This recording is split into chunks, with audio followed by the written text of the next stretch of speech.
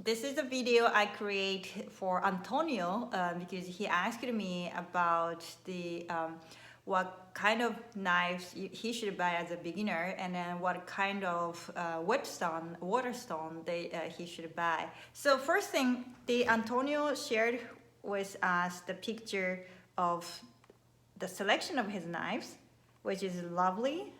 This is the pictures of Antonio's knife selection, and this looks great. And then we can see a lot of investment of time, money, effort to look for the good selection for himself. So there's nothing wrong with this selection as a beginner.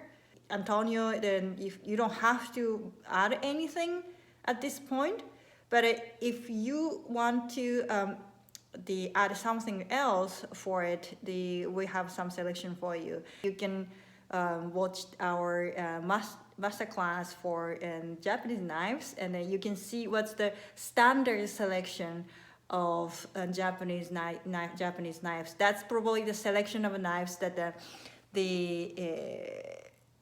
if you go to like a culinary school in Japan, or if you start working for the Japanese restaurant in Japan, then that's the selection of knives you're requested to practice with. So nothing wrong with your selection. It looks great, and then it's gonna work completely fine with whatever you make. So nothing wrong with that. But then this is probably not the most standard selection in Japan or in Japanese cuisine field.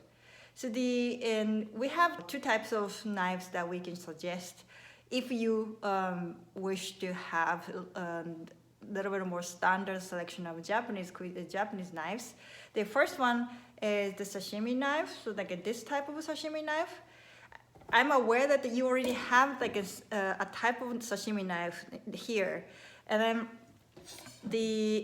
again, like nothing wrong with that. But can you see the difference of these two? So like the biggest difference is the shape, right?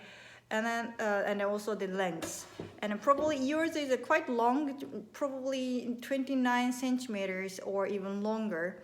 And then also the shape is more like a rectangular shape, whereas like the sashimi knife I have here is more thinner and pointy towards the end. Again, nothing wrong with your sashimi knife, but then this type of sashimi knife is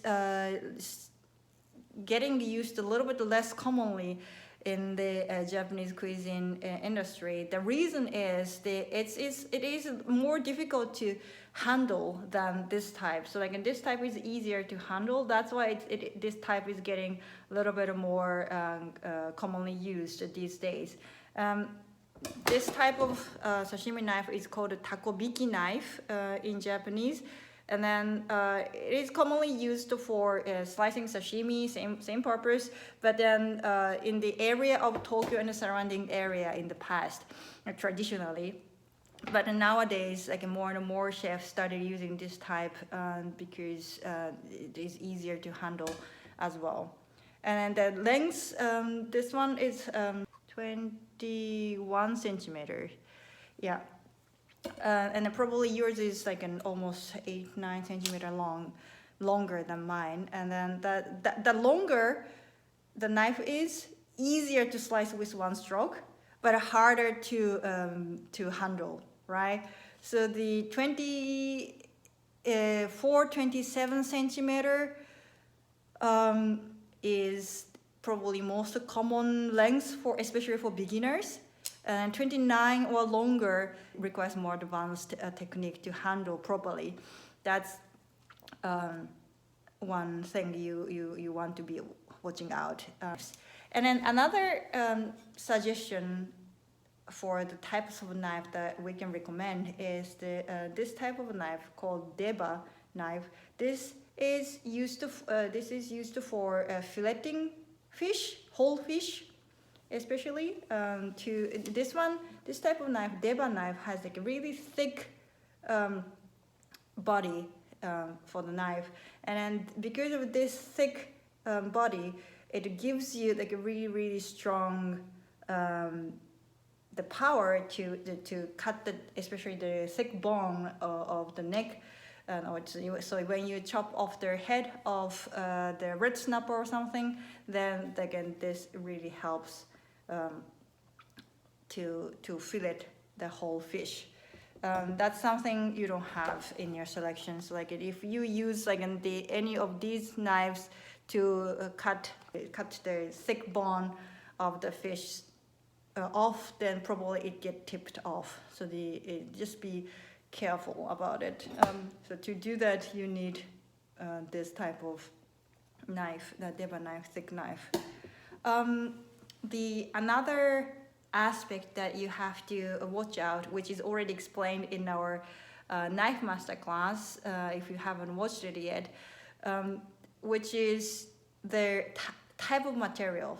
There are two major types of materials, and which is carbon steel, and then another one is stainless steel. I have a feeling that then like all of your knives are stainless steel material. And the stainless steel material is less easy to get rusted. It requires less maintenance and care, especially if you're a beginner. But the hindsight is the stainless steel is softer. The material itself is softer than carbon steel, so you have to sharpen more often than carbon steel. The carbon steel knife tend to be more expensive than stainless steel. So if you look at like really expensive knives, Japanese knives on the website or shops, then that's probably carbon steel knives. And then carbon steel knife has like a really strong material. If you're the chef slices fish, a lot of fish every day as a professional chef, then you really need the really hard material to maintain the sharpness for this hard work from morning to the evening. But if you're a beginner, probably you don't need that right away. So carbon steel might not be the best option. More stainless steel is probably suitable for you. The hindsight of the carbon steel is it rusts really fast. It's expensive, and also it rusts really fast. So you really have to make a great care and a maintenance if you have a carbon steel knife. For the knife question, I think I addressed all the points you asked. And the next question was about the whetstone, the water stone. What kind of whetstone you should buy?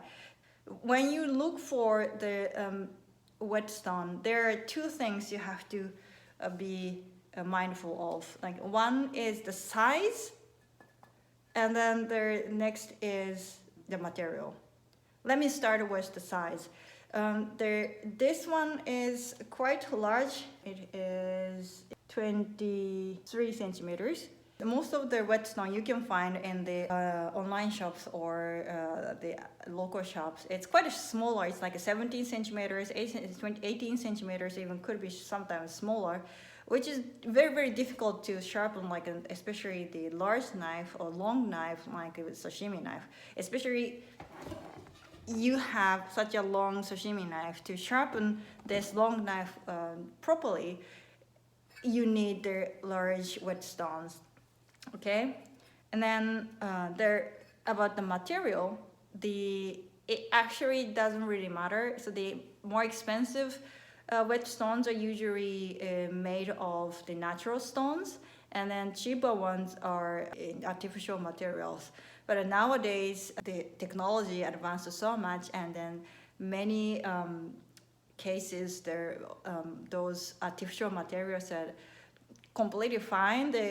If you go to like a middle price range of selections, whatever you can find, that's fine. More importantly, you need a larger size. And then another aspect that you have to be careful, you have to be mindful of, is the grit.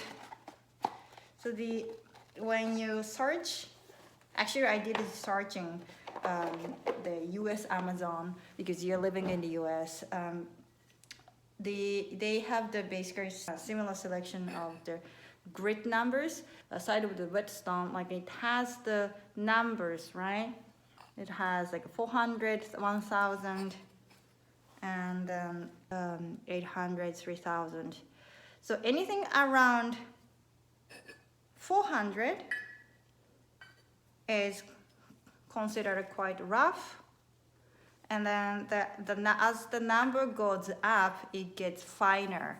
So the 400 one is coarse in the surface, and then for example, the highest number I have is 3000, which is much finer. So for your daily sharpening, grit you would need is around 1000 and then 3000. You start from the lower grit number is 1800 to sharpen the knife first, and then finish with the higher grit whetstone, which is around 3000 for daily usage. Higher in the grit, which could be like 8000 or 6000, which is even more smooth surface, and that's why it gives the knife, the surface of the knife, really shiny, almost mirror-like shining.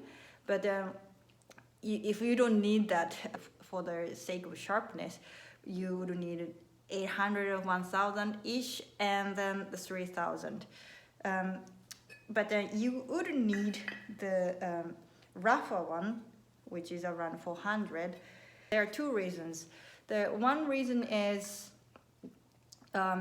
when your the blade is really dull, so you can't cut anything really well anymore, then you have to start with the lower grit. And then because the surface is really rough and coarse, it really brings the sharpness back.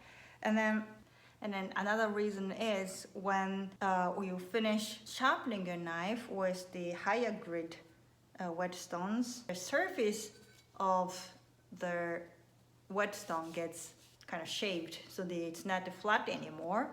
Then you use the rough surface whetstone, and then shave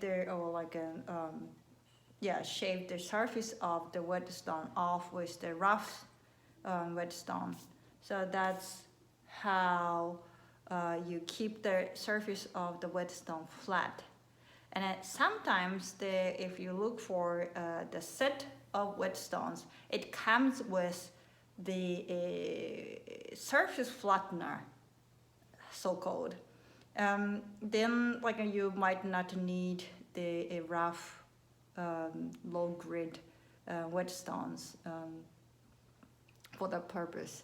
So the minimum that you need is large whetstone, as large as possible, at least bigger than 20 centimeters, and then the grit around 1000 and then 3000. And material-wise, it doesn't matter, as long as it fits within your budget. That's fine. Okay, so hopefully this video helps you to understand the types of knife that you need, and the types of whetstone you should buy. And if you have more questions, we are happy to take more questions, and then just send us some more pictures and questions as you have. Bye-bye.